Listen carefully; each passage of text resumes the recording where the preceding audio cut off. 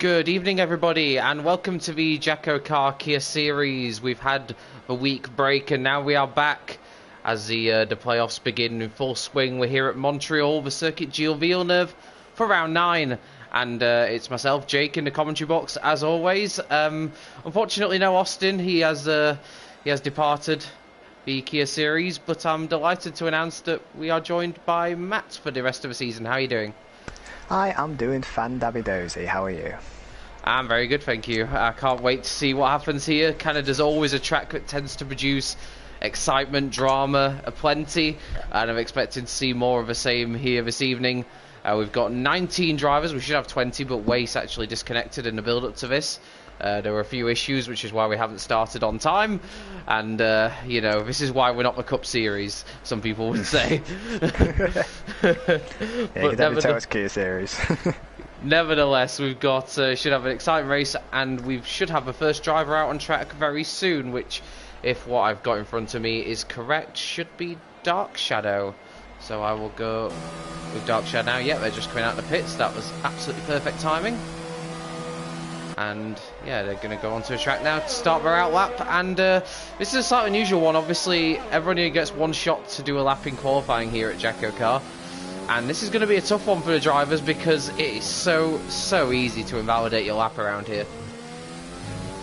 Oh yeah, honestly, just like, especially the last corner, because you want to lose as little time as possible, as little speed as possible. You can easily just cut the last corner, and if you take too much curb, you'll hit the famous wall of champions, which I reckon we'll see during the race, but we'll wait and see.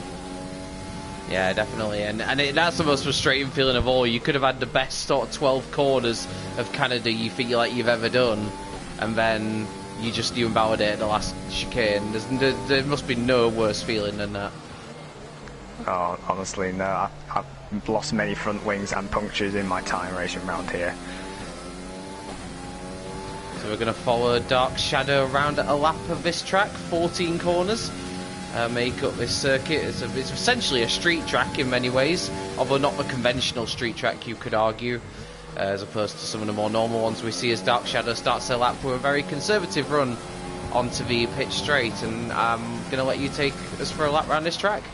Okay, so just breaking into turn 1, just seeing where the track opens up on the right for where the emergency vehicles enter the circuit. Nice exit out of turn 3 into turn 4 and 5. Very easy to cut the corners here, and he has unfortunately invalidated. So it's just a hot lap. Lap briefly quickly closed. But this is the corner here I'm on about here, whilst you're still riding on board of him. It's easy to lose your rear end here because you just want to try and put the throttle down as much as possible, but the rear tyres just don't have the grip because you pushed them that hard earlier on in the lap. So we'll have to ride on board with the next driver. Yeah, which I believe is Speed Risky, who's just started their lap. I have to say, certainly on the onboard camera at least, this is a very nice car to look at. I have to say, I've not seen this livery before, but this is, I've got to say, done a good job there. I want to see it from the broadcast camera angles as well. No blue. Nice red and black livery. Does remind me of, kind of reminds me of a little bit of a Ferrari, with a bit more black on it than a Ferrari would have. But so far so good through the first, well, coming up to the end of the second sector. No invalidation as of yet.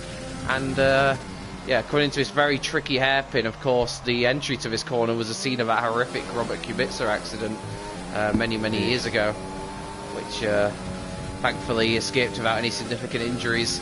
Niels has left the session, which is not too ideal. But here we go then, this final chicane that we talked about. Can he make it through here without invalidating? Yes, he can. I've got to say, this has actually been a pretty nice lap as well. It's going to be a 1:08.8 as the opening benchmark, and that might take some beating that lap time. And we've got Matt on a lap. He's already in sector 2. His first sector 20.3. I'm not sure how that stacks up. I believe Speed Risky was 40.8 through the middle part of the lap. I feel like Matt here is very much going for the tactic of just getting it round the lap without invalidating. And so I'm trying to find him on track. Apparently he's in the pit lane for me. Indecisive. Yeah, he's in the pit lane for me for some reason.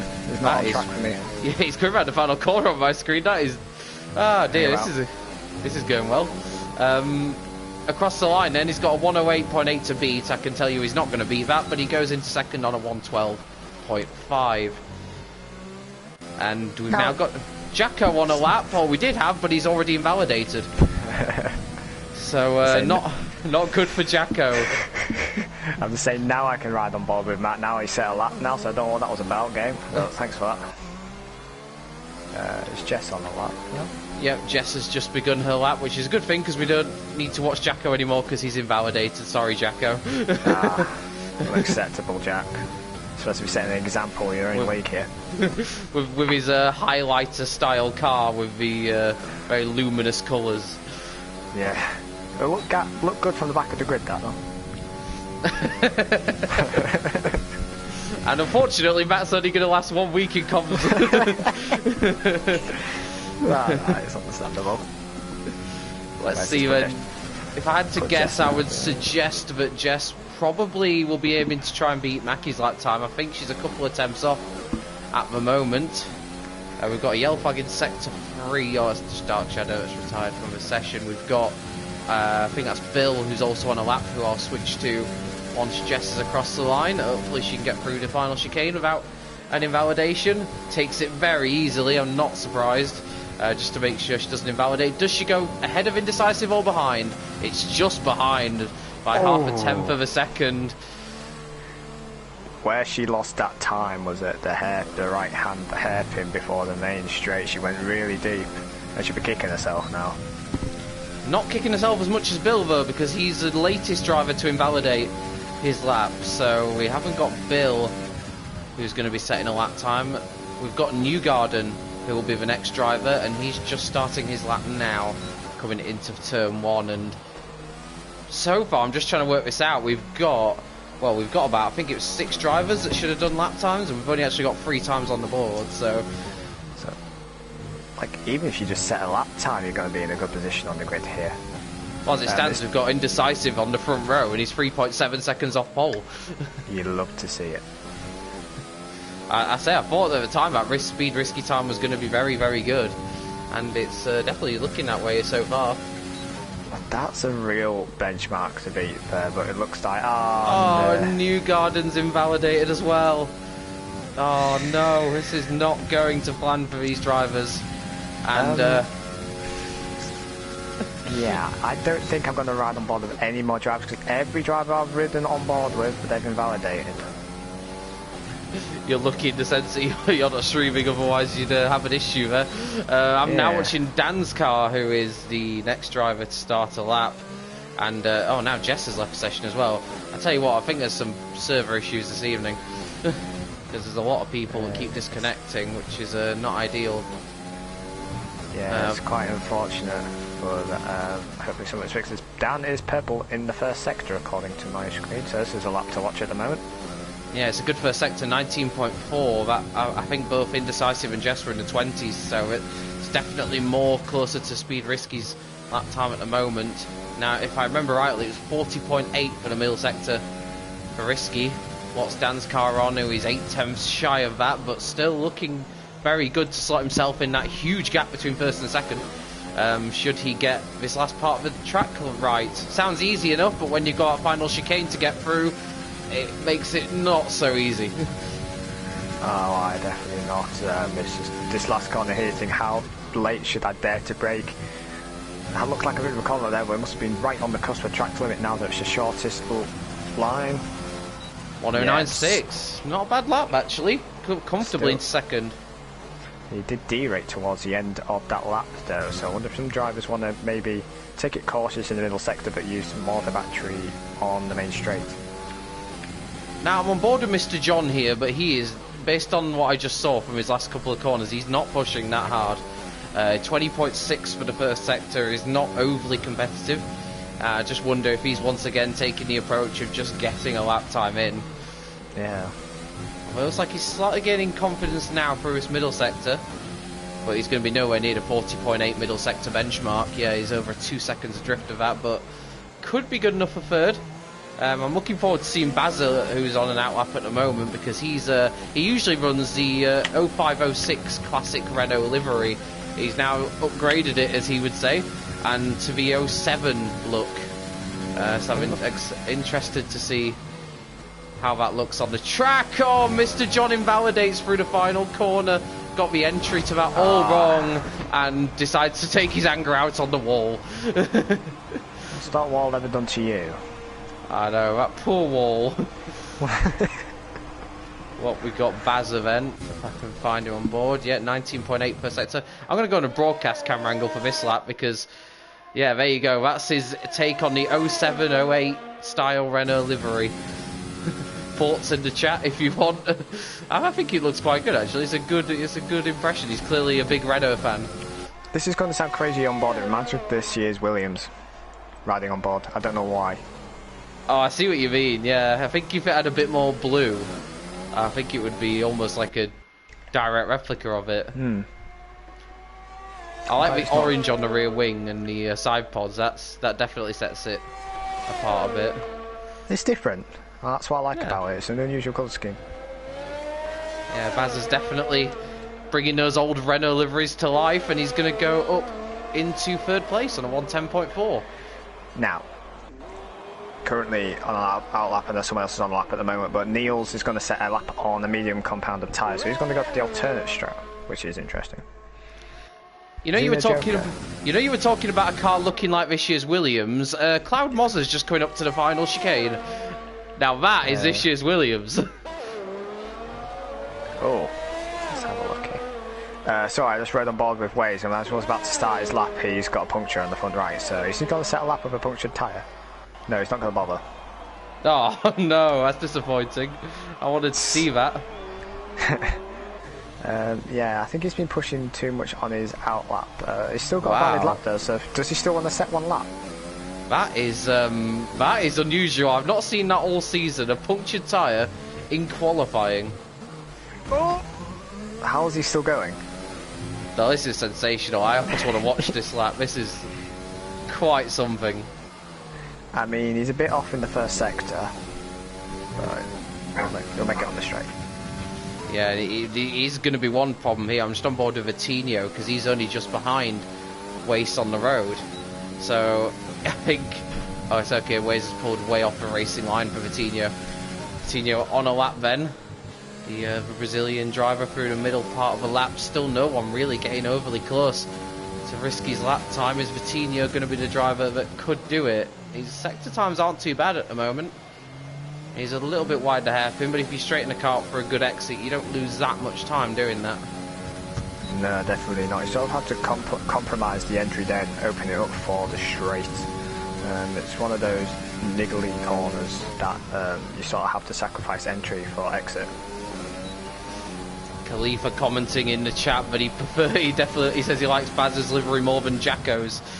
As Vitinho goes up to second. Nice lap, 1:09.3. And onto the front row provisionally at least. Looked tidy that lap as well. It didn't look too aggressive. It looks nice and smooth, so you might have a bit more tyre life than risky coming towards the race. And Connor's coming. He was very tentative through the far chicane, careful not to invalidate, and he goes fourth on a 1:10.0. I can't help feeling, as we've got more people struggling to stay connected. Niels has retired from the session, so he's not going to do a lap on the mediums after all. And Waste completed his lap and did a 1:41.3, which amazingly is going to get him reasonably high up the grid. I mean, if that doesn't say just get a lap time in to have a good place on the grid, then so be it. He doesn't even need 4 wheels. He can set a lap with 3 wheels on his wagon.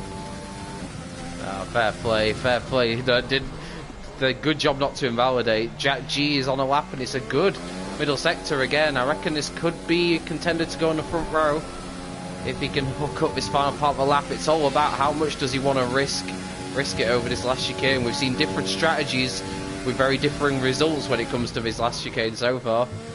And Jack G attacks it reasonably hard, gets away with it and heads to the line. This should be good enough for second place, and it is a 1:09.2. Nice lap. Interesting that he didn't take the shortest run into the straight there. But nevertheless, it's still a good lap for it. We've got another invalidation. It's Yuri this time. Oh, he'll be livid. And he did it quite early in the lap as well. He was already lifted off when he got past sector 1, so I wonder if that was through turns 3 and 4. That would be sort of the first chicane, if you like, of the lap. That's probably where he's got it wrong. We've got... Unbelievable. Oh, and MK Bourne's invalidated through turn 1. Wow, that is an unusual spot. I wouldn't have expected him to invalidate there, but his lap time's already gone begging and it's barely started. Are we going to get a last lap showdown at all? Well, I think we've still got 2 more drivers to come. We've got Splinter and we've got Easty Mats. So Splinter just on his out lap. Easty Mats should be out of pits any second now. I think I saw the light blue car coming out of the pits lane, and it is. But that does mean Waze with the puncture, at worst, is going to start 12th. If everyone else invalidates, Waze, well, I don't think they're going to let him start on a punctured tyre. I don't think. Nah, I think they'll change it. Yeah. Co-Masters has its moments. Speaking of moments, Splinter around the final chicane. That will have woken him up before his lap. While the rear tyres up.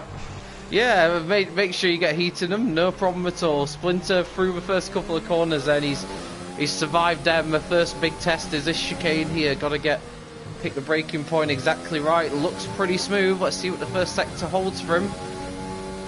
19.4, that's right in the ballpark. If I remember rightly, that was sort of very similar to what I want to say Patino did earlier on. So that's a good opening sector from Splinter.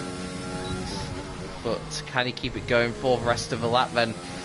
He's got, I'd say 40.8 is the best middle sector split we've had so far. 41.0 is not bad. That's contender again to take Jack G off the front row.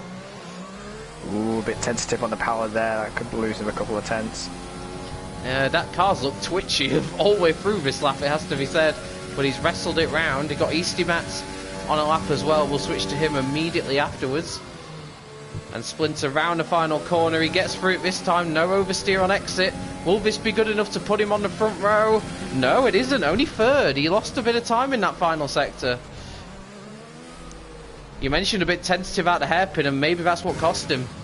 And Easty Mats then, what sort of middle sector is he looking at? His first sector was good. His middle sector 41.2. I don't think Risky's going to have pole position taken off him here. But this is all about, can Easty Mats get it onto the first couple of rows? Definitely got a better exit there onto the back straight here.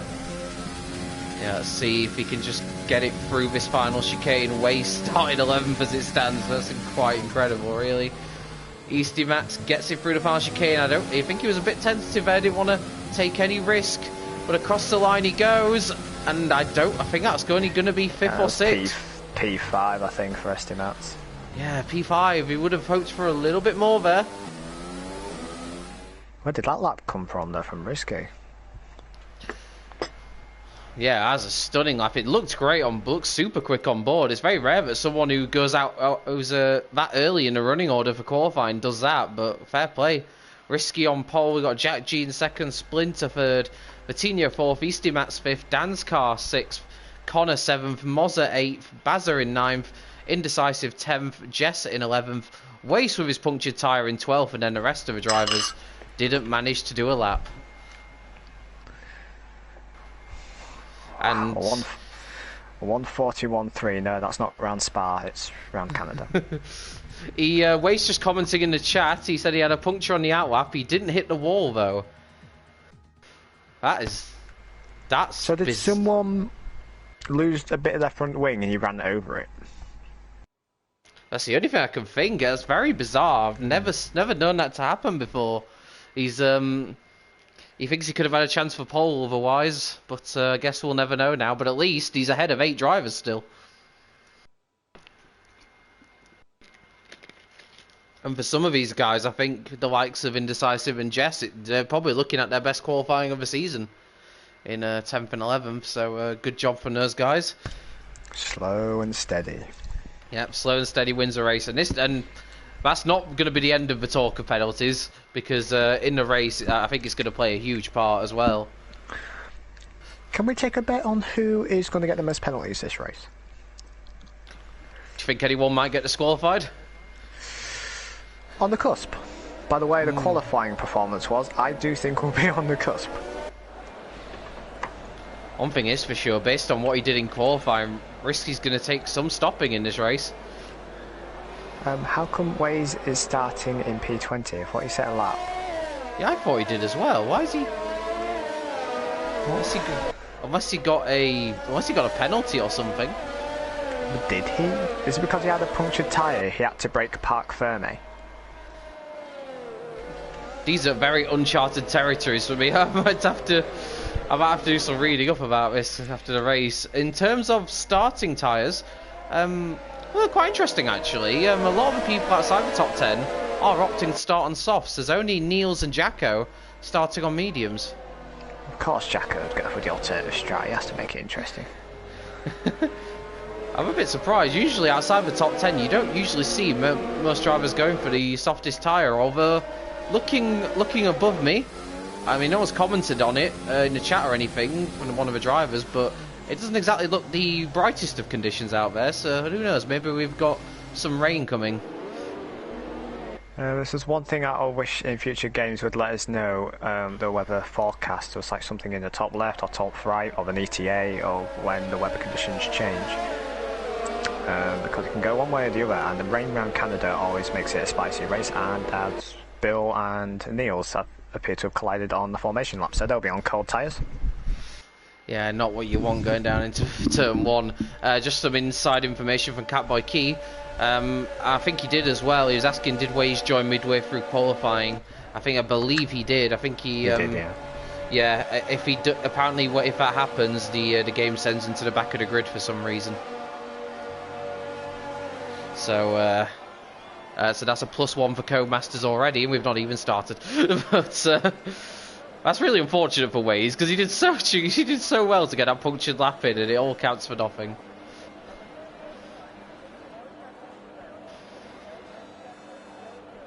We've got Risky then and Jack G on the front row. Everyone is lined up, ready to go on the grid. And we should have the lights in front of us very shortly. We're just waiting here. Co-masters like to build the suspense before we get started. It's what you like to see. I feel like we're waiting for somebody to disconnect here. Looks like there's a few issues this evening. Just waiting to hear the cars revving up, but as of yet we have nothing. So for those guys at the front, the nerves will be building. They've got to wait even longer. And it's not what you need when you're at the front of a grid and you just want to get started with a race. But we have got a delay here for reasons unbeknown to me. And yeah, we're just waiting on the grid for lights out. Apologies. The broadcast camera of Niels just isn't even showing this car, it's just showing a grandstand. It's not even showing me the car. I wonder if it's Niels that might need to leave for his race to get underway. He is bouncing around like a kangaroo right now on my screen. Yeah, this thing getting started, I think, until Niels or whoever it is who's someone leaves. Basically, we've got the green flag waving, which just takes the biscuit a bit, I have to say, to put it in a nice way. Yeah, so something not right with the service today. We all got kicked out of the lobby earlier, and then now this situation has happened, unfortunately.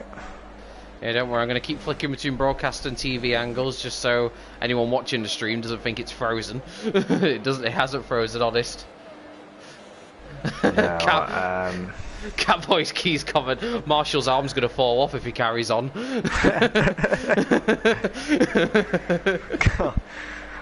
Oh gosh. Just imagine that now there'll be a yellow flag now if his arm falls off. Just try to go into the chat quickly. I'm not going to I don't want to jinx it, but last time this happened was with me and Pete. The game crashed. This is what happened last time. Are you almost accepting responsibility here? I will accept the responsibility if that happens, because we missed the start of Monaco because of it. It seems in the chat that it's MK Bourne that they believe is the driver that needs to leave. Right. So... I'm afraid, MK, you'll have to accept fate and just reconnect. Yeah, I'm just saying, I tried to go on board with him and it just literally pans me to the final chicane. Ah, yeah. So, nice shot though, but now yeah, interesting. it's definitely not MK Bourne. MK Bourne's not tarmac. Oh, and my game's now blue screened.